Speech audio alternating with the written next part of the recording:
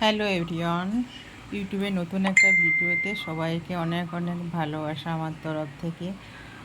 তো সকাল সকাল হলেই মাথার মধ্যে একটাই, আমাদের বউদের একটাই চিন্তা থাকে যে বাড়িতে রান্না কী হবে। তো সবজি তো ছিলই, আমাদের যে মাছ দেয়, তো পেরিয়ে যাচ্ছিলো তাই ডাকলাম, মাছ নিয়ে এলাম।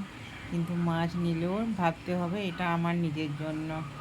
বাবা মেয়ে দুজনেই ওরা মাছ খেতে চায় না, ওরা বলবে ডিম ভেজে দাও, নাহলে একটা আলু ভাতে দিয়ে দাও, আমরা খেয়ে নেব। আর ওর বাবা বলবে আমাকে সবজি ডাল ভাত দিয়ে দাও, আমি খেয়ে নেব, আমার আর কিছু লাগবে না, পারলে একটা ডিম ভাজবে, না তো না, এরকম ব্যাপার। তবু মুখের সামনে বসাই মাছের বাটিটা, না হলে একদমই খাওয়া ছেড়ে যাবে।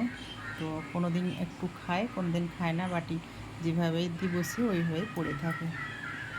তো যাই হোক, এরপর আলু বেগুন ভাজতে বসিয়ে দিলাম।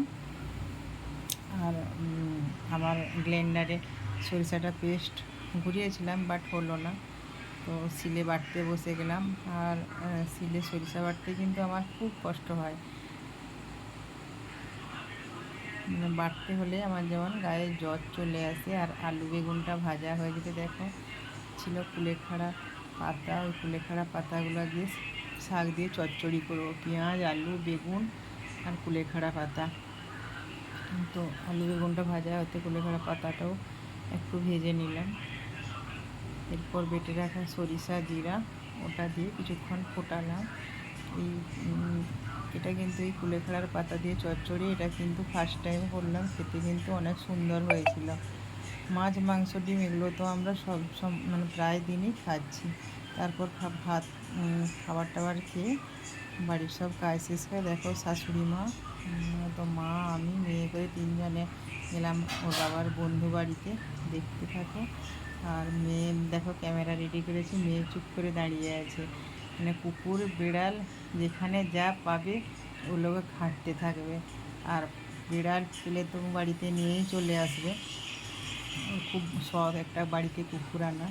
তো মাঝে মাঝে রাস্তায় কুকুর পেলে ঘরে নিয়ে আসে, যদি সবজি মার্কেট করতে যায় তখন কুকুর রাস্তায় বাচ্চা পেলে নিয়ে আসে।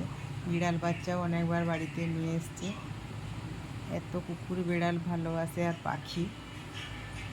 তো যাই হোক, ওখানে গিয়ে আমরা একটু বসলাম, তারপর মেয়েকে বকা দিলাম, বলছি দেখ আর আমি ভিডিও করছি। তখন বলছে না ভিডিও করবে না, একদম ভিডিও করবে না, বন্ধ করো। তারপর সবাই মিলে বকলো ঠাকুমা, এরপর হাত হ্যান্ড ওয়াশে ধুয়ে নিল। এরপর একটু কিছু মিষ্টি সিঙ্গাড়া আর ফুচকা খেয়ে নিলাম।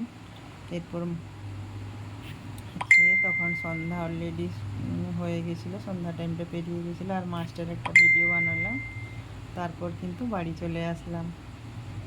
তো তোমরা সব যারা যারা আমার ভিডিওটা দেখছো তারা কিন্তু অবশ্যই আমার চ্যানেলটিকে সাবস্ক্রাইব করবে। টাটা।